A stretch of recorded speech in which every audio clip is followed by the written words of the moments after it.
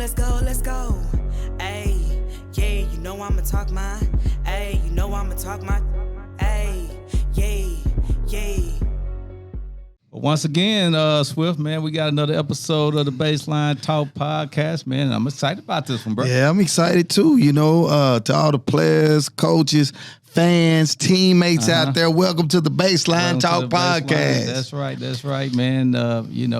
Listeners, like we always say, if you like the content that we bring you, man, y'all can do us a big favor by just clicking that like, share, and subscribe button and everything. But let's go ahead, man, get on into this episode, bro. Well, you know, we got a fabulous player, up and coming, rising sensation, talented point guard, Salena Carrasco.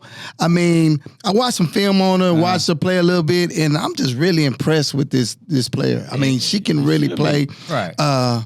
She pinpoints those passes, very accurate passer, heady, nice, really nice IQ. She shoots the ball well, and when you watch her, she kind of looks like a gym rat, to me. So Salena, welcome. Thank you for having me. Yeah, you know, Salena, tell us a little bit about yourself, what grade you're in, what school you attend, and also when you started playing basketball. Okay, so I'm in the 10th grade. I go to Boswell High School. I started playing basketball probably when I was serious about it was probably like 5 years old. When I really took time to just.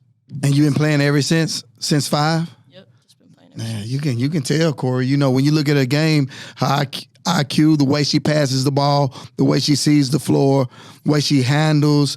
I mean, she's your typical point guard. She's your typical table setter. Yeah. This is type of player, man, that you want to play with. You know, that's true. You want to, she's kind of like the a Jason Kidd type of point guard. You know, if you run, she's gonna reward you. You know what I'm saying? So she's a fun player to play with and everything. And I know. I didn't play with her, but she played in the DFW Elite program as an 8th grader, and I saw firsthand that she's a special player, bro. Yeah, I mean, and Salena, you look like a baller. You know, when you walk in, you kind of got the swagger about yourself. Too. You know, you got the style. I like the shoes. You know, get some nice points for your attire today. Yeah. But tell me a little bit about your summer. How was it? What were you looking to work on, and what was your summer like all around? Summer, it was long. Most of my days were filled with basketball. I think most of the summer I worked on a lot of maturity and growth, just being able to step up and be a leader for my team, and just working on my shot a little bit more, something I wanted to work on. And I think this season we did a really good job, and I did a really good job. And just so when it comes to your shot, were you working on your mid-range or your three-point shot? What part of your shot was you working on? Consistency. On my three-pointers, on my mid-range, mostly on my three-pointers, just staying consistent. Oh, staying consistent. Okay, that was an area that you wanted to develop and improve on. Yes, sir. You do a good job with your mid-range, too. I like your elevation. You know, I like your follow-through. So you can kind of tell you've been putting in some work. Do you have, like, a shooting coach? I mean, do you go in there on your own, or how do you kind of develop? Is somebody with you? My dad. Okay, your dad. Oh, well, okay. hey, he's been doing a good job with you, man. I got to give him some props. He's been doing a good job with your form. Mm-hmm. Yeah, so yeah, he probably hard on like all dads are, but it's out of love. It's out of love, Salena. Parents, they go push you. Sometimes you'll get irritated with them, annoyed, but it's just sometimes they just have that vision, for you and just want you to reach your full potential. So that a lot of times that's what that's about. It's really about the love more than anything. And then with love, you got to push them. Sometimes you got to give a little tough love sometimes. So, but you can definitely see where the hard work is paying off. Yeah, it definitely is. It is. So, like Swift says, as dads, we do push you probably past where you want to go. But if it didn't push you, I don't know if those highlights gonna look as nice. You know what I'm saying? Right. So. And everything. And speaking of highlights, we've seen some of your highlights from the summer and everything. But you ended the summer in the what's the camp called? Help me out with it, Salena. The National academy. Yeah. Explain to us, but that because this was new. I think this is new to the circuit this year. So explain to your experience with that. So basically, we went to a hotel. They had booked us into this hotel, and we take a bus every day. We go to the gym. We stay in the gym about the whole day. We worked out. We did a practice for about an hour and 30. Then we got into scrimmages, and then we played. It was just everybody was random. Nobody we knew, and everybody was random, so we had to grow and learn with each other. And we had to eat there. Yeah, couldn't leave, really, because nobody really had a car. But it was a long day, and I think we worked well. It was hold on, I just lost my track. No, so when you say we work with, so who was like, working with you guys? Were they some high school coaches, or do you know? One of them was a college from Florida. She worked at a college from Florida. The other one was a high school coach. I think she did track. So okay. And this was about my understanding, maybe 500 athletes. Was it that 500 athletes? Yeah, 500 athletes. So you guys were. We all know there's more than 500 players in the country. So I guess there's a selection process or some invite or something like that. Yes, it was a selection. Especially since they're paying for it. I know they. Yes. And this was USA. USA? It's Memphis, right? Okay. In Memphis. End of year. So it was a good experience for you. Yes. Exposed you to a lot of different basketball and everything. Yes. I got a question. How was the talent? Was it different levels because so many came at one time? Were there some average, mediocre, not so good? I mean, what was the talent like? Or was everybody similar, kind of on the same talent level? What was that like? I think everybody that was there was well-deserved and deserved to be Okay. there. And I mean, some people had like strong suits in doing like finishing and shooting, and some people had strong suits with like rebounding and defense. So I think everybody was deserved, and they should have been there.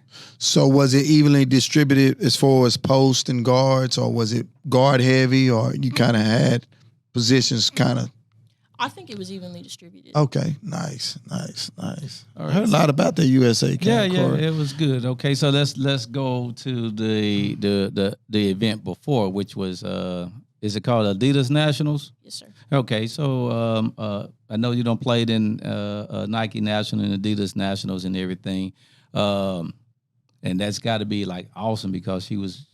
She just you're a sophomore now, but you played in those nationals on the 16U as an 8th grader, then again as a 9th grader. So, kind of share with the listeners, how you benefited from playing on the 16U national stage 2 summers in a row as basically an underclassman. It's tough. I think it's a lot. It's, you got to think faster. You got to do things faster. You're gonna get bumped. You're gonna get pushed. And I think it just helps you mentally and physically prepare to play them. So you've been there. I mean, it's better. You probably would have rather done that than to play at the 8th grade nationals as an 8th grader or 9th grade, nationals. Okay, yeah. So how did your team? I didn't follow results or everything. How did you guys do? Fairly well, or? We made it to the Elite 8. Wow. And then fell short. And then what place we got? 8th place, yeah. 8th place, okay. No, that's not bad. That means you're top 8, 16U team on the Adidas circuit and everything. So that's real good, and you are the coach on the court, yeah, she's of that she's team. The engine. Yeah, you're the engine that made that thing run. In fact, let's say you're the engine that made that thing run 2 years in a row. So I think that's a big improvement because. The year before, the whole team was young on the Nike circuit. And so now you come back and you get your team into the Elite 8, So that's growth. That's good. That's a lot of growth. And yeah, especially, looking at the makeup of your team, because with the team you had, it seemed like you had some talent around you, but it seemed like they were raw and they weren't fully developed. They were athletic and you had some size, but it seemed like you were kind of the staple of that team as far as the mindset. So what I would like for you to explain for us is just kind of tell us what type of point guard are you? Well, I mean, how do you perceive yourself as a point guard? I'm basically the second coach. Okay. Basically, if I see something and I'm like, hey, did you see that? I'm going to tell you that somebody's open and then we're shooting over 2 people, I'm gonna be like, hey, next time just swing the ball. But I'm just your second coach. I'm just gonna encourage you, but I'm also gonna get on to you on the court. If something needs to be said or something doesn't, I'm not gonna say nothing. But that's just how I am. So when the player is hot, you type of point guard that can kind of say, all right, well, coach, we're gonna ride this until this player ain't hot again. Player's hot, you gonna get the ball. Yeah, I don't play favorites. Everybody get the ball. That's good. I like that, Salena. Now you talking. Now you telling us something. Right. That's good. So you're a leader. You're like a second coach. You're a leader. So what's the relationship like with your coach? Like in the perfect world, what type of player are you with your head coach? I'm always asking those questions. I'm always like, hey, coach, what I need to work on, what I need to fix. Coach, what do you see there that we could have done? Or I'm always trying to communicate with my coaches and have a strong relationship with my coaches and just, build a relationship around it. Okay, does that come from just because it's your personality, or does it come from just your passion for the game? That you just love the game that much? I mean, what does you think motivates you to be that way? Both. I think, Gotcha. I mean, I tell you, I think I'm seeing a lot of growth. Yeah, maturity. Maturity, yeah. Yeah. And Salena, because these were traits that I saw as an 8th grader, Which is very young. Yeah, that's a young player, 8th grader. Very young, and now these traits have translated into a lot more confidence. You know what I'm saying? That's always good. We're not talking about like in the shots and the ball handling. We're just talking about confidence and being a leader, leader on the court. So, like I said just 5 minutes ago, she's the type of player that you want to play with because you're going to get the ball, especially all you got to do is just hard work and run and all that other stuff. But at the same time, this is the type of player you want to coach. Hey, that's a coach's dream. Right. Yeah, coach's dream. Yeah. Mm-hmm. So go ahead. So Salena, you played on the circuit couple of summers. I know last summer you visited UAPB and Coach Dunn liked you and everything. So since then, have you built up on that? I mean, you don't have to share anything like offers, but has coaches garnered more interest in you? Mm-hmm. Oh, they have? Okay. And I know that you on social media, I know you visited Yale. Mm-hmm. Is that this summer or last summer? This summer. This summer? Okay. How was that? I think it was good. Yeah, it was good. It was a camp? Yes, sir. Okay. And you visited Tulane. Mm-hmm. So you probably like a brainiac. Them ain't no them ain't no low SAT school. Right. So what creates that? Is it because it's a certain major you want to major in, or you just looking to go maybe to an Ivy League school or a high prestigious academically sound school? I just want to go where it's best. Okay. Best school for me. Yeah, that makes sense. So what if you could describe that school, what would that school provide? The school that's best for you? My major, good chemistry, good energy, and just people that are willing to win. That's where I want to go. All right, okay. What's your major? What would be your major? Law. So you already kind of know what the direction you want to go. Okay, that's why. Yeah. That's it. Yeah, Okay, law. That's pretty good. Man, you kind of carry yourself like an attorney. Right, Salena. Well, she's a confident point guard. Yeah, so I I mean, can see where those traits are translated into the courtroom. Yeah. She professional. She professional for sure. I wouldn't want to be on the other side. I wouldn't either. I would want to be on the other side on the court. I want to be on her team. Right. So man, hey, whatever law she's practicing, corporate law, whatever, y'all better hire this Yeah, young lady. for real. She has a bright future. She has a bright future, basketball wise and professional wise. I just think she's gonna be successful in whatever she decides. Do you have any goals this high school season that you done set for yourself so far? Just going deeper in the playoffs, probably make it like to round 2 or 3, maybe going to state. That's a goal. That's just really it. Do you have a good supporting cast around you coming back? Yes, we got a good cast. Nice. Okay. Any rivals? What's the rival North Crowley. Okay. North Crowley. Okay. So who won that matchup last year? Ooh, they won 2. Well, we should have beat them. Oh, really? Okay. So if there's a game that we need to go see, which game is that?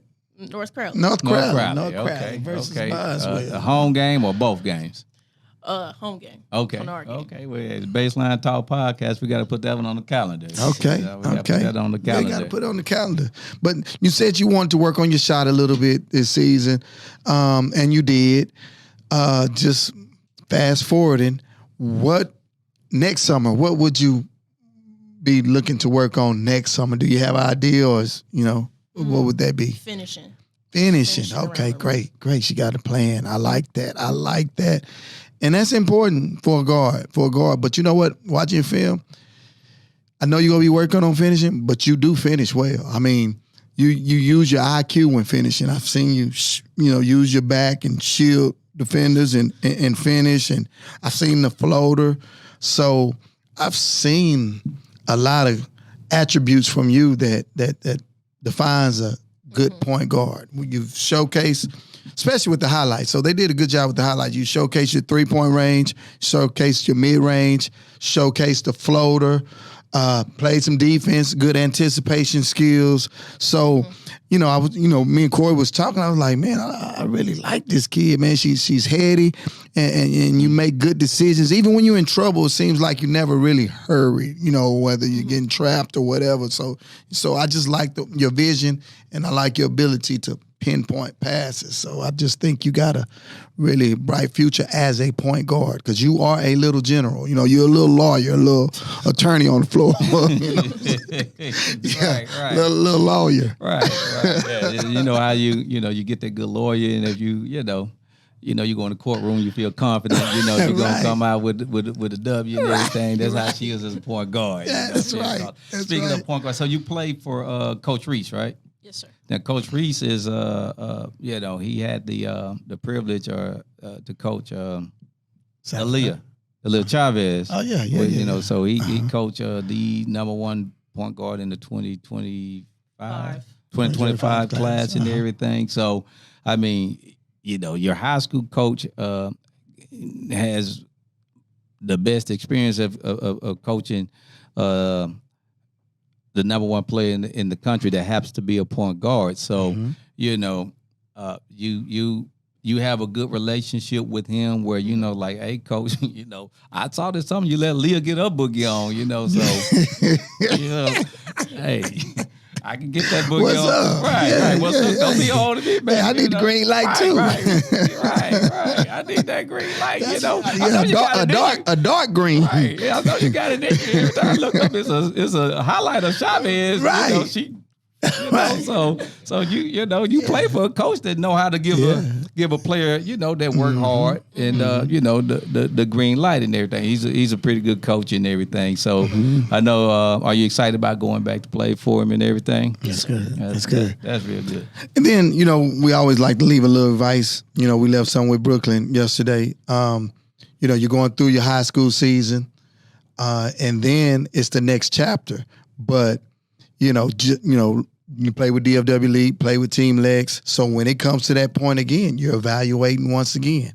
You're evaluating the roster that you'll go to and play with. You evaluate the other players that play your position and decide on, okay, what pathway is going to be the best developmental pathway for Salena.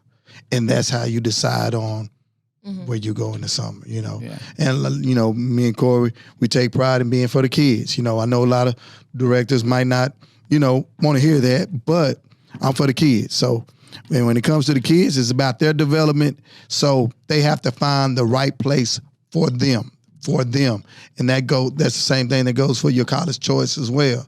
You know what type of player you are, you know what type of mentality you have. So when you're looking at colleges, you also look at that head coach's personality. Does that coach personality fit mine? Yeah, this might be a great school or what have you, but do they coach the way I like for them to coach? And as far as that is, if you need somebody that's gonna really dog you, be on you, you might be looking for that. If you're looking for that encourager, somebody that have a little bit more compassion and things like that. So make sure you find a head coach that matches your mentality. So that's basically. Did I see on social media that you have an offer from UTEP? Yes, sir. Okay, that's Coach Adams. Coach Adams. Coach Adams. She was at UTEP for several UTEP, years. Went to Wichita State, and then she went back to UTEP. And the good thing about Coach Adams is, again, you know, I know she's a point guard coach because she had some good ones to play for. Kelly Willingham played for her, and actually followed her as a coach after she graduated to Wichita State. And it's kind of. And she's a workhorse too. That coach is always working. Yeah, she always. Man, you gonna see her in the gym, boy. She gonna be there from sundown to.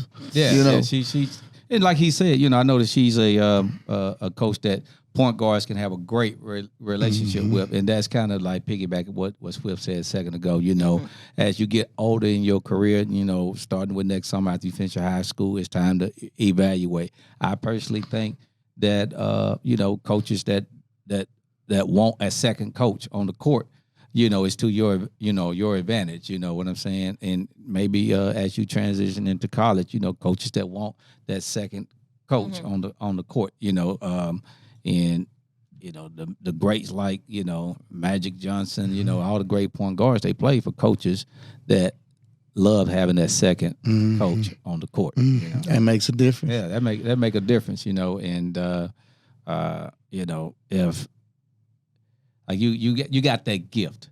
You got that gift of, you know, really at age, what are you, 15? Yes. Yeah, at 15, you're really a coach, you know, at this point right now, except you're bouncing the ball and you're shooting.